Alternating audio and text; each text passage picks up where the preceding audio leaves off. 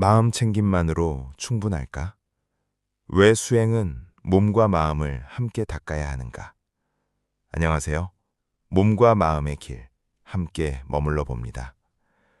오늘은 많은 수행자들이 한 번쯤 고민하는 질문을 함께 나눠보겠습니다. 마음 챙김만으로 몸의 이완이 가능할까? 알아차림만 깊어지면 몸도 저절로 풀리는 걸까? 왜 어떤 사람은 오래 명상해도 몸의 긴장이 잘 풀리지 않을까? 현대에는 마음 챙김과 알아차림 수행이 많이 알려져 있습니다. 하지만 실제 수행 현장에서는 몸은 여전히 굳어 있고 호흡은 얕으며 신경계는 긴장된 상태로 남아있는 경우도 적지 않습니다.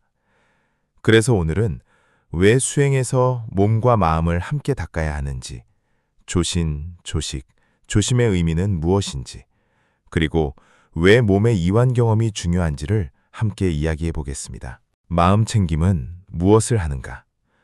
마음 챙김은 지금 이 순간의 몸과 마음 상태를 있는 그대로 알아차리는 힘입니다. 좋고 나쁨을 판단하기 전에 현재 일어나고 있는 반응을 선명하게 바라보는 것입니다. 많은 사람들은 긴장하고 있으면서도 자신이 긴장한 줄 모른 채 살아갑니다. 어깨는 올라가 있고 턱은 굳어 있으며 복부와 척추는 수축되어 있고 호흡은 얕고 빠르게 변해 있는데도 그 상태가 이미 익숙해져 있기 때문입니다. 그래서 몸은 계속 긴장 신호를 보내고 있지만 의식은 그것을 놓치고 지나갑니다. 마음 챙김은 바로 그 무의식 상태를 의식 위로 드러내는 과정입니다. 내가 지금 숨을 참고 있었구나. 배에 힘이 계속 들어가 있었구나. 생각 때문에 몸이 굳어 있었구나. 이렇게 정확히 알아차리는 순간 몸에는 작은 변화가 일어나기 시작합니다. 신기하게도 단순히 알아차렸을 뿐인데 턱 힘이 풀리고 어깨가 내려가고 호흡이 조금 깊어지기도 합니다. 왜 그럴까요? 몸은 위험하다고 느끼면 자동으로 긴장합니다.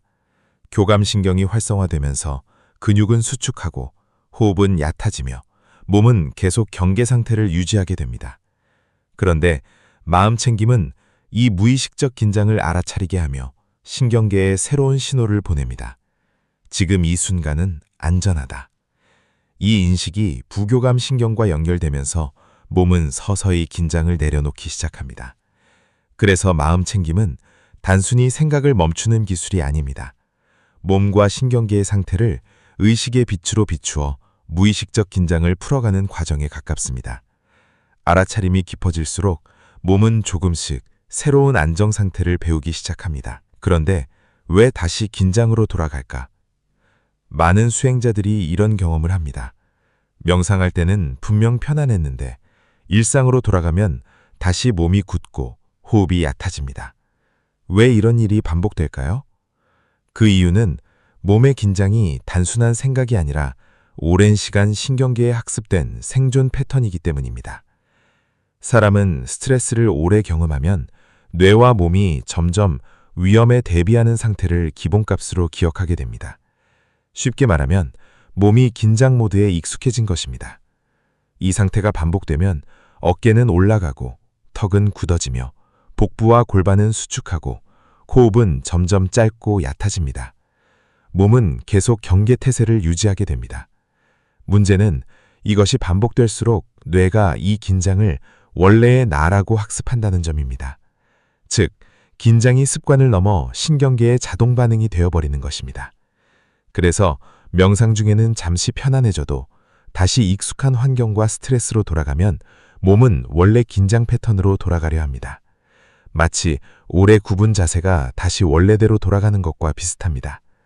몸은 익숙한 패턴을 유지하려는 성질이 강하기 때문입니다. 그래서 마음 챙김만으로는 순간적인 자각은 가능하지만 오랫동안 굳어진 근육 패턴과 호흡 습관, 신경계 반응까지 한 번에 바꾸기는 어려운 경우가 많습니다. 결국 깊은 변화는 몸이 반복적으로 안전함을 경험할 때 일어납니다. 천천히 호흡하고 몸을 움직이고 긴장을 풀고 편안한 감각을 반복적으로 경험할 때 신경계는 조금씩 이제는 계속 경계하지 않아도 되는구나를 배우기 시작합니다. 그때 비로소 마음의 안전이 몸에도 자리 잡기 시작합니다. 이완을 경험하지 못한 수행자의 어려움. 여기서 중요한 문제가 하나 있습니다.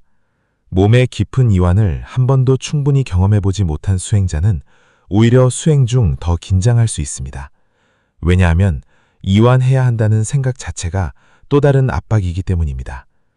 겉으로는 조용히 앉아 있어도 속에서는 계속 노력하고 있는 것입니다. 집중해야 한다. 생각 없어야 한다. 고요해야 한다. 하지만 몸은 그 순간 더 긴장할 수도 있습니다. 특히 깊은 이완의 감각을 모르면 뇌는 그 상태를 기억하지 않습니다. 호흡이 자연스럽게 깊어지는 느낌, 몸의 무게가 바닥으로 내려가는 느낌, 배와 골반이 편안히 풀리는 느낌을 몸이 학습하지 못한 것입니다. 그래서 수행이 살아있는 감각이 아니라 머릿속 관념으로 머무르기 쉽습니다. 몸은 왜 직접 풀어야 하는가? 그래서 오래된 수행 전통들은 몸 수련을 중요하게 여겼습니다. 기공, 요가, 선무도, 걷기 명상, 절수행처럼 몸을 움직이며 수행하는 이유가 여기에 있습니다. 몸은 생각만으로 완전히 바뀌지 않습니다. 직접 움직이고 호흡하고 관절과 근육을 풀며 안전한 감각을 반복적으로 경험해야 신경계는 비로소 학습하기 시작합니다. 이것을 현대에서는 상향식 접근이라고 말하기도 합니다. 즉, 마음이 몸을 조절하는 것만이 아니라 몸이 뇌와 마음을 다시 안정시키는 것입니다. 가볍게 걷고 천천히 스트레칭하고 복부와 횡격막 호흡을 회복하는 것만으로도 몸은 조금씩 안정감을 배우기 시작합니다. 몸이 안전하다고 느끼면 마음도 따라 안정되기 시작합니다. 몸과 마음은 따로가 아니다. 동양 수행에서는 오래전부터 신심일여, 즉 몸과 마음은 하나라고 이야기했습니다. 몸이 굳어 있으면 생각도 쉽게 굳습니다. 호흡이 막히면 감정도 막히기 쉽습니다. 반대로 몸이 부드러워지면 생각도 유연해지고 감정도 흐르기 시작합니다. 그래서 수행은 몸을 버리고 마음으로 도망가는 과정이 아닙니다. 오히려 몸 안에 갇혀있던 긴장과 감정을 함께 회복해가는 과정에 가깝습니다.